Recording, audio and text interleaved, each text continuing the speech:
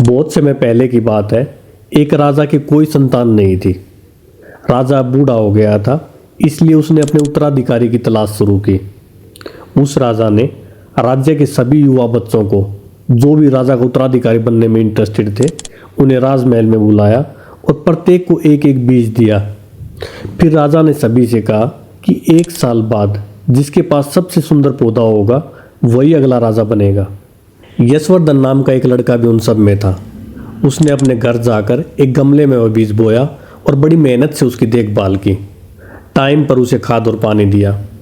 लेकिन दिन, हफ्ते और महीने ऐसे ही गुजर गए, पर यशवर्धन ने जो बीज बोया था उस गमले में कुछ भी नहीं उगा। देखते देखते 1 साल पूरा हो गया और सभी बच्चे राजमहल में बहुत ही सुंदर सुंदर पौधों के साथ पहुंचे।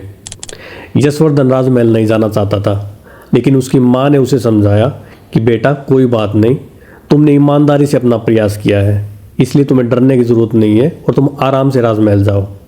तो अपनी माँ के समझाने के बाद यशवर्धन अपने खाली गमले के साथ राजमहल पहुंचा। वहाँ पर राजा ने एक एक करके सभी के पौधों को देखा और जब राजा यशवर्धन के पास पहुंचे तो उसका खाली गमला देखकर उससे पूछा कि तुम्हारा गमला खाली क्यों है। तो यशवर्धन ने सिर झुकाकर कहा, महाराज मैंने बहुत कोशिश की पर बीज नहीं फूटा। यशवर्धन का जवाब सुनकर राजा मुस्कुराया और कहा कि तुम ही मेरे उत्तराधिकारी हो और इस राज्य के अगले राजा हो।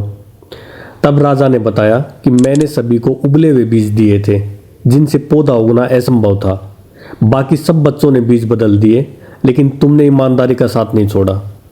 यह कहानी बच्चों और बड़ों दोनों के लिए एक बेहतरीन सबक है कि अंततः जीत उसी की होती है जिसकी नींव सच्चाई पर टिकी हो। झूठ से तात्कालिक सफलता मिल सकती है, लेकिन स्थायी सम्मान और विश्वास केवल सत्य से ही मिलता है। इस कहानी में राजा ने पौधे की नहीं बल्कि चरित्र की परीक्षा ली थी। जब सभी बच्चे फूल लेकर आए तब यशवर्धन खाली गमले के साथ खड़ा था, लेकिन उसका मन और आत्मा पूरी तरह भरे हुए थे। याद रखिए, जीवन में कई बार हमारे सामने ऐसे मौके आते हैं जहां झूठ ज़्यादा आसान होता है और सच कठिन, लेकिन जो व्यक्ति कठिन रास्ता चुनता है वही वास्तव में योग्य बनता है। ईमानदारी भले देर से फल दे, पर उसका फल सबसे मीठा होता है।